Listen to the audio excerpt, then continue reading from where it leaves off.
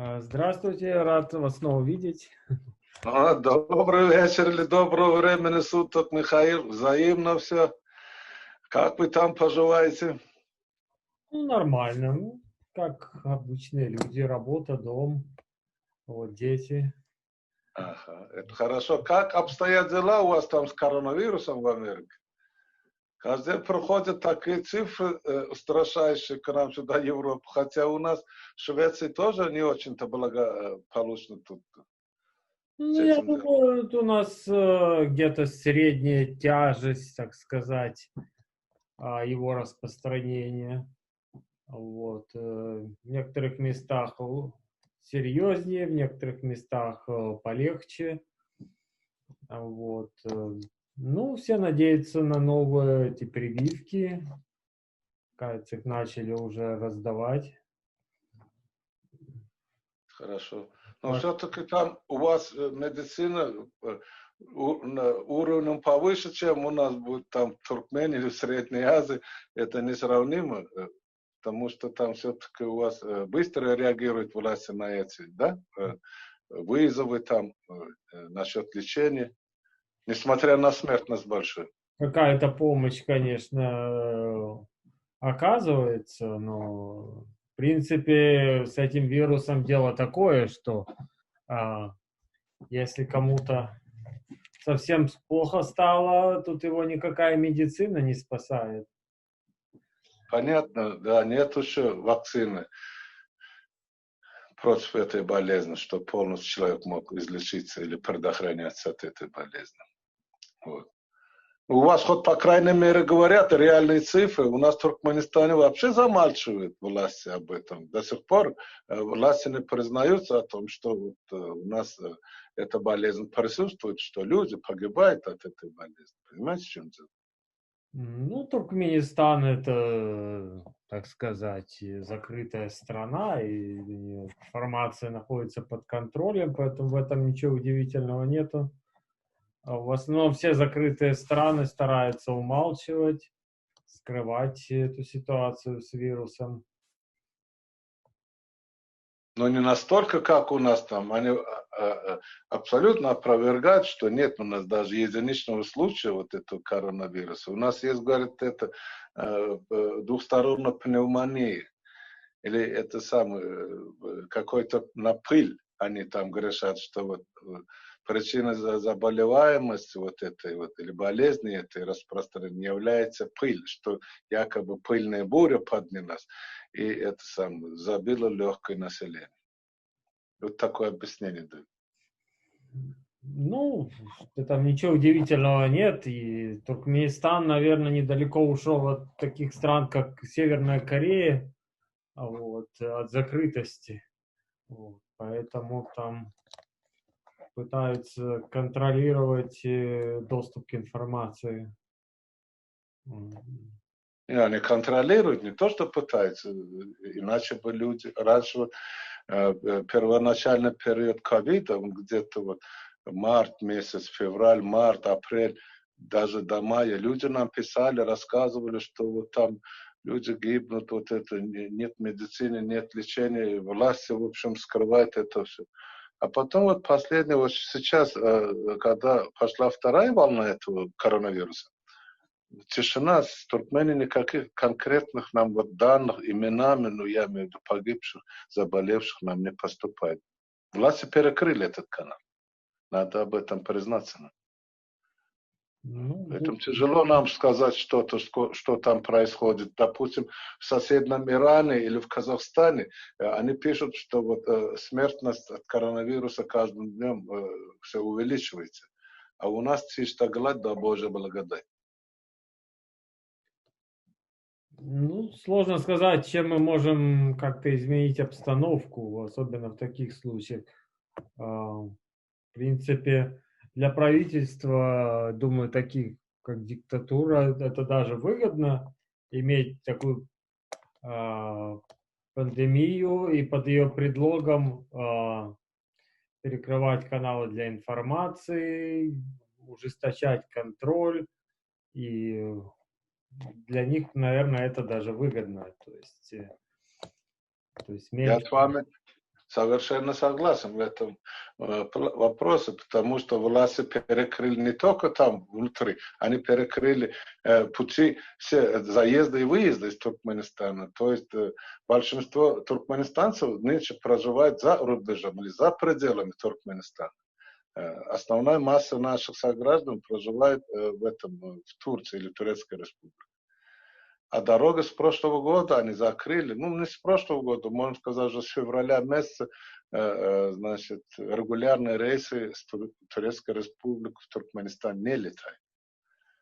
И власти специально это под прикрытием коронавируса делают такое, чтобы нелояльные к властям граждане не прилетали, не приезжали обратно в Туркменистан. Ну да, поэтому им выгоднее это скрывать. Есть этот вирус или нет, но предлог им очень выгоден, наверное, его использовать. Да, вот так вот, Михаил. У нас в республике все как бы это покрыто мраком тайны, и народ в неведении, в незнании, и люди сопереживают, что внутри республики, что находящиеся за рубежом, переживают очень сильно за судьбу своих близких. Но на сегодняшний день у нас нет ясной картины о происходящем в Туркменистане. Тут бы я хотел бы, значит, обратить ваше внимание на то, что происходит в Америке с этими выборами. Мы уже, все мировое сообщество, уже больше месяца, мы не знаем, то ли поздравлять Байдена с победой, то ли поздравлять с переизбранием бывшего президента. Что у вас там происходит? Вот сейчас последние данные, что я на сегодняшнее утро просмотрел, что в 20 штатах Америки, значит, не признали эти выборы прозрачными или признали, что там или недействительно, скорее всего, признали. Вы, как гражданин Америки, что вы можете сказать по этому поводу? Было бы, конечно, услышать вот это ваше мнение, как вот этого именно гражданина, человек, который живет там, голосовал там, значит, связывать свою судьбу и будущее с Америкой. Что там происходит? Нам, туркменистанцам, это тоже и интересно, и как бы со всех сторон пригодится как опыт в будущем, как нам быть тогда в таких ситуациях. Ну, у меня такой информации нету, что какие-то выборы признались недействительными в каких-то штатах. Возможно, неправильный перевод был каких-то выражений. Может быть, что-то говорили, что нашли какие-то несоответствия, но, тем не менее, такого нету заключения, что выборы были недействительные в каких-то штатах. В целом идет все своим чередом, то есть, как и ожидалось, администрация президента уходящего подала разные судебные иски, которые там идут своим чередом, но в целом никто не ожидает, что будут какие-то препятствия к заступлению нового президента, как ему и положено. Его инаугурация в январе, не помню, какого обычно числа она происходит. Так что это, конечно, разница с предыдущими выборами, то есть поведение уходящей администрации. Это все интересно для новостей, то есть они эти нюансы, как бы за них их не упускают, пытаются их раздуть, привлечь внимание к своим источникам для новостей. Вот. Но в целом все идет своим чередом. Конечно, заголовки в новостях там мелькают по поводу каких-то судебных исков, по поводу высказываний уходящего президента, что он не согласен с результатами выборов в каких-то штатах или в целом. Вот. Но я не вижу, что будут какие-то серьезные препятствия, чтобы были какие-то задержки вступлением новой администрации. Так что можете передать мое мнение, кого это интересует, или кто его услышит, что лучше сосредоточиться, смотреть, какая команда будет у новой администрации, вот какой его будет состав, какие задумки по поводу внешней политики и так далее. То есть это будет более плодотворно уделить внимание этому, чем новостям по поводу задержки со сменой президентов или со сменой администрации, как это сказать. Вот такой мой совет будет. Хорошо, все. Дело в том, что 20 января уже новый президент должен вступить в свою должность и в свои права. Но осталось 40 дней или даже чуть меньше. А ясности нет в этом вопросе, потому что уходящий президент, он до сих пор не считает себя побежденным. Ну, я читаю различные там сообщения из разных масс-медиа, я прохожу такому мнению, что Трамп не хочет отдавать власть, передать его Байдену, как и положено, но в это же время выискивают разные причины в том, что выборы прошли нечестно, там были вбросы бюллетеней, там, допустим, имена давно умерших людей присутствуют. И самое главное, что вот меня интересует, как вот туркменистанцы или туркмены в том плане, что вот там говорят, вот это может привести к, допустим, недовольству масс или населения, то, что с одной стороны, что с другой стороны, вот, не приведет это к каким-то столкновениям среди населения? Нет, я не вижу для этого предпосылок. То есть даже сразу после выборов, в принципе, каких-то особых волнений не было. Не говоря о том, что дальше, тем более, уже люди теряют к этому интерес. Так что я думаю, все будет идти своим чередом по своему графику. И, в принципе, кому интересны американские новости, было бы гораздо полезнее следить за тем, какую новую команду своих политических советников и экономических советников, ну, всякого рода, новый президент выбирает для своей новой администрации, какое это может быть иметь влияние, например, по поводу внешней политики или касательно вот таких стран, как Туркмения. Вот это лучше сосредоточить внимание на этом. То есть, если кто-то интересуется.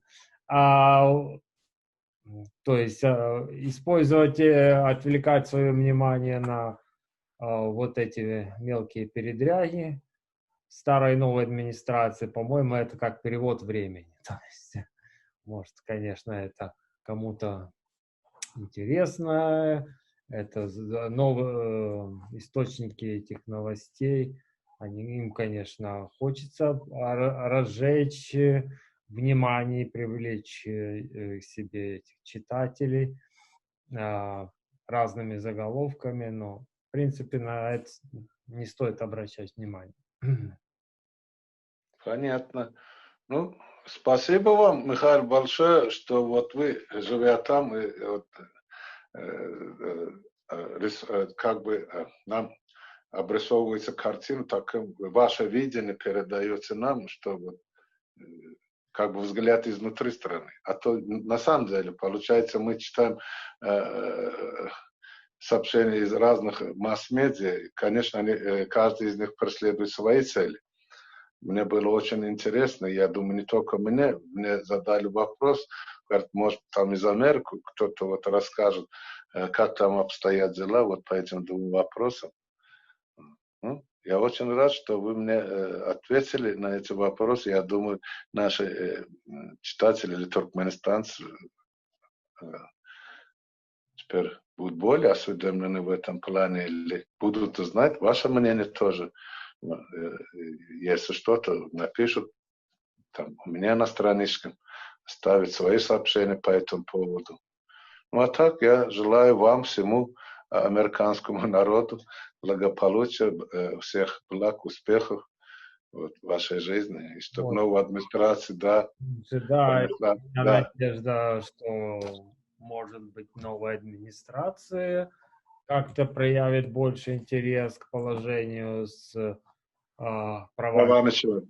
когда в Туркмении, и так как предыдущая полностью игнорировала. Но надежда у меня слабая. В принципе, все определяется в основном какими-то геополитическими интересами. И в основном получается так, что нарушение прав человека интересны только в тех местах, а, если они имеют какую-то стратегическую ценность, там они интересны. Вот, например, как в Беларуси. Вот. Так же само были большие волнения в Киргизии, но какого-то большого внимания это тоже не уделялось.